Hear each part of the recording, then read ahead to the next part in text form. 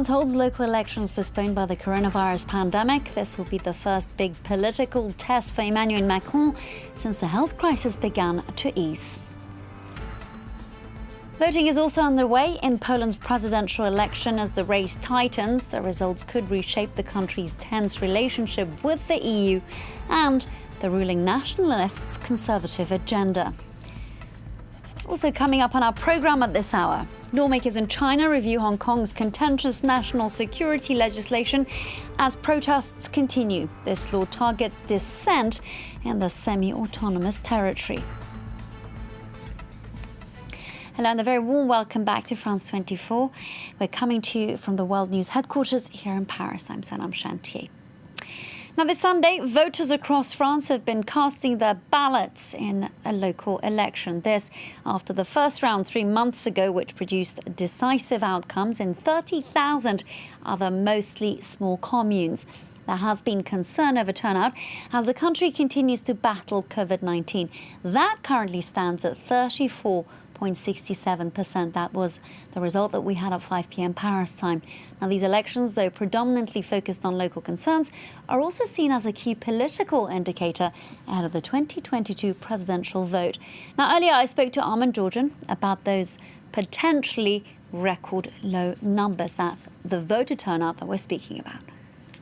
It was around 15% at 12 o'clock French time. Now at 5 o'clock, it is 34.67%. So that is down both on the first round at this same time, and it is also down on the last municipal elections in 2014. So yes, we are heading for a slump, a major slump in the turnout. There's still a chance for people to vote, particularly in the big cities, Sanam, where voting goes on for another couple of hours. In smaller towns, quite often the polls close at 6 p.m. So if you look at figures from previous elections, the 5 p.m. figure is not the final one. You can get another maybe an extra 10% or so, but even if that were to happen, this would still be a very low turnout. We'll have to see in a few hours. But it's interesting why, to wonder at least why this is such a low turnout. I mean, the campaign has been very low key, not really visible or noticeable, not sort of much canvassing going on, no big rallies for obvious reasons. Also, I think at the local level, there's been a bit of confusion with these party lists that are quite complex, parties supporting kind of bizarre ideological bedfellows, sometimes it seems, and certain incoherences at the local level which might have confused or turned off voters.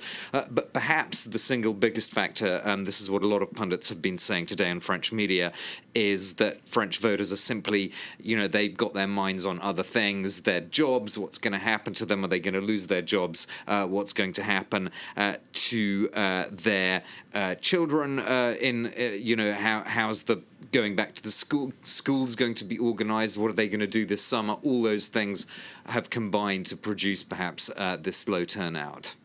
You just mentioned voters have other things on their minds, one of them potential job losses in light of this global pandemic that we're dealing with. So can you talk us through the main issues that are bringing these voters to the ballot boxes this Sunday? Yeah, well, as you said in the introduction, it's really local concern, so we don't really have an overarching issue in the way that you get in national elections. What we saw in the first round was a lot of very established figures, mayors who are well known in their local communities, were either re-elected outright or did very well in the first round. And sometimes they come from parties that have been out of power for a long time, who are, fallen out of favour nationally. But these are established local figures who are known and liked locally. Locals believe that, they're doing a good job. So even if they come from a party that's out of favour nationally, they can still continue to be very important local figures. So it's hard to give you one overarching concern in that way. A lot depends on local personalities. That's not to say that there weren't some surprises in the first round, but as I say, a lot of established figures who seem to be on the way to staying on. Moving on to another election this Sunday, where voters are taking to the ballot boxes in Poland. The country's polls were postponed in May, also due to the coronavirus pandemic. Today, the incumbent president, that's Andrzej Duda, is facing a tough battle for re-election. His party stands accused in the EU of undermining democratic norms through its takeover of the court system and state media, this, as well as repeated violations of the constitution. A close race for the country's next president. Voters are choosing between incumbent Andrzej Duda and the hardline policies of the Law and Justice Party, and his closest rival, the liberal mayor of Warsaw, Rafał Trzaskowski. But Poland finds itself at a crossroads as it grapples with its place in the European Union. Zmiany, które zachodzą w Polsce, mają zdecydowanie zły kierunek. Widzę źle, jest straszliwie Polska podzielona i ludzie zaczynają być bardzo zniechęceni. Liczę na to, że jeżeli prezydentem w Polsce zostanie człowiek energiczny, z otwartą głową, to będzie dobrze. Duda, seeking a second five-year term, helped enact controversial reforms to the judiciary and media. He's also spoken out against gay marriage and the promotion of LGBT rights. A loss for Duda could significantly impact the ruling party's ability to carry out its reactionary agenda. If elected, Trzaskowski has promised to repair the frayed ties with Brussels and restore democratic policies curtailed by the current government. There are 9 other candidates in the race, including a popular TV show host, Szymon Hołownia, who's third in the polls. With the election likely to head to a runoff, his voters will be a key bloc in the second round. Dozens of people were arrested in Hong Kong earlier this Sunday during a protest against the impending controversial national security law. This, as China's top legislative body began a 3-day meeting in Beijing amid heightened security.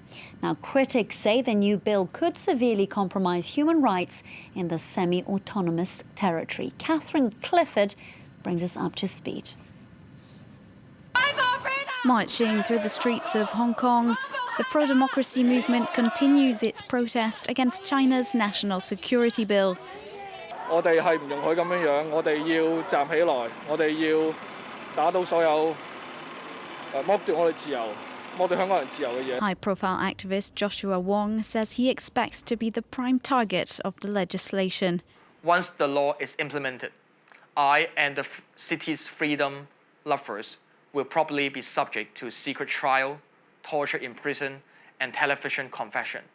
Therefore, I call on the world to stand with Hong Kong and urge Beijing to pull back this evil law. The draft law has not yet been made public, even to Hong Kong authorities, though certain details have emerged. Beijing will have power over how the law should be interpreted, overriding Hong Kong's judicial or policy bodies. Beijing will set up a national security office in Hong Kong to collect intelligence and handle crimes against national security. This office could send some cases to be tried in mainland China, though Beijing says this would be a tiny number of cases. The protesters are concerned China is eroding the high degree of autonomy granted to the territory when it was handed over from British rule in 1997. On Saturday, Hong Kong police banned an annual march to mark the handover, saying such a gathering would violate current COVID measures. Meanwhile, in Beijing, the National People's Congress reviewed the draft.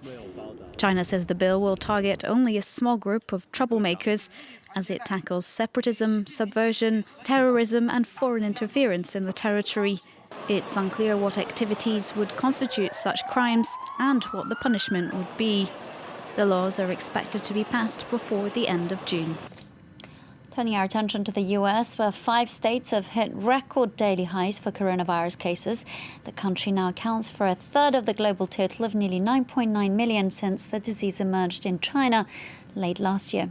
But these daunting numbers that we've just been mentioning could just be the tip of the iceberg. According to a new survey, infections could actually be 6 to 24 times greater than reported. Shirley Sitbon has that report. Texas bars were among the first to reopen in the U.S. when lockdown rules were eased. Now, 5 weeks later, they're back to square one. Same story in Florida. Authorities reinstated bans after a surge in new coronavirus infections. We did everything. Our staff were wearing masks. We had sanitizing stations. We did weekly tests. We limited occupancy. We did everything that was asked. Southern and western states have the worst contamination figures. Florida hit a new record on Saturday with almost 9,600 new daily cases. Authorities say younger generations are major transmitters of the disease.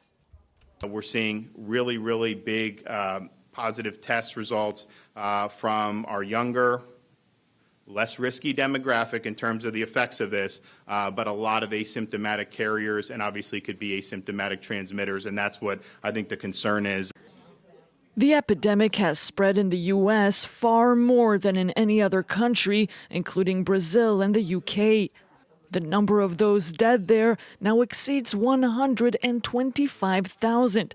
That's about 1/4 of the total number of victims across the world. Staying with the U.S., the Rolling Stones are threatening Donald Trump with legal action for using their songs at their rallies. Now, the latest move comes after multiple cease and desist directives. One of those numbers is you can't always get what you want. According to a statement from the band's legal team, the same song was used by the president's campaign during the 2016 U.S. election.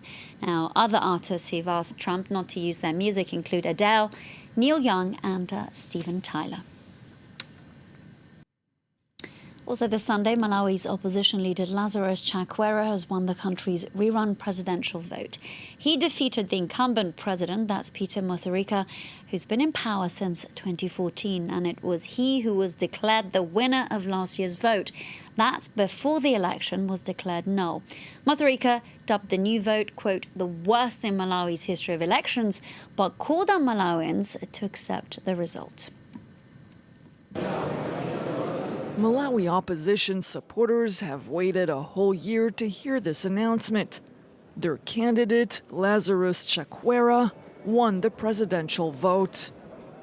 Lazarus Chakwera, the candidate who has attained 58.57% of the votes, is duly elected as President of the Republic of Malawi. The vote was a first because 1 year ago, in the initial poll, the Electoral Commission, headed by a different person, announced the exact opposite result, saying Lazarus Chakwera had lost and that outgoing president, Peter Mutharika, had won. That decision was followed by massive protests because the vote was rigged. Correction fluid was even used on result sheets. For the second time in the history of sub-Saharan Africa, after Kenya, the case was brought to the top court, who dismissed the results, leading to the rerun. The 79-year-old outgoing president, though, says the rerun was rigged too, with his party calling for a third vote. This election is the worst in Malawi's history of our elections.